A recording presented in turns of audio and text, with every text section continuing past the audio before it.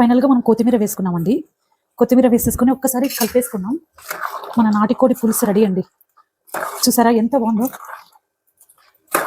ఇది రైస్లోకి కానీ, ముద్దలోకి కానీ, చపాతీలోకి కానీ, పలావ్లోకి కానీ ఏ దాంట్లోకైనా బాగుంటుందండి. హాయ్ అండి, అందరు ఎలా ఉన్నారు? నేను మీ సంధ్య. ఇవాళ మన కిచెన్లో స్పెషల్ ఏంటంటే నాటుకోడి పులుసు అండి. ముందుగా మనం కుక్కర్ పెట్టుకొని ఆయిల్ వేసేసుకొని తర్వాత ఆనియన్స్ వేసుకోవాలా. ఒక ఆనియన్ వేసేసుకొని ఆనియన్స్ అనేవి బాగా వేగిపోయినాయండి. ఇప్పుడు మనం ఒక 7 to 8 పచ్చిమిరపకాయలు వేసేసుకున్నామండి. ఇవి కొద్దిగా మంచాక నెక్స్ట్ మనం 1.5 టేబుల్ స్పూన్ అల్లం పేస్ట్ వేసుకున్నామండి. ఈ పచ్చివాసన పోయే వరకు మనం బాగా కలుపుకున్నాం. బాగా మగ్గిపోయినాయండి. మనం ముందుగా కడిగి పెట్టుకున్న నాటుకోడిని వేసేసుకొని బాగా మిక్స్ చేసుకున్నాం.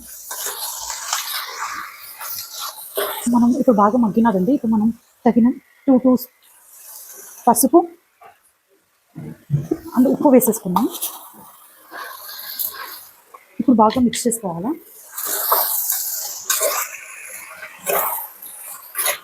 మనం కొంచెం పుదీనా, కొంచెం కొత్తిమీర 2 చిన్నగా కట్ చేసుకొని వేసుకోవాలండి.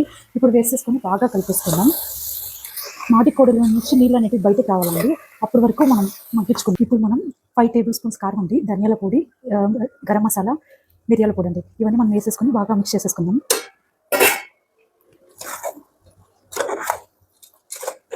నాటికు స్మెల్ ఎంత బాగా వస్తుందండి మసాలా కలుపుతుంటే. సింపుల్ ఒక 20 minutesలో అయిపోతుంది. సింపుల్. మనం కావాల్సినంత నీళ్లు వేసేసుకొని విజిల్ పెట్టేసుకుందామండి.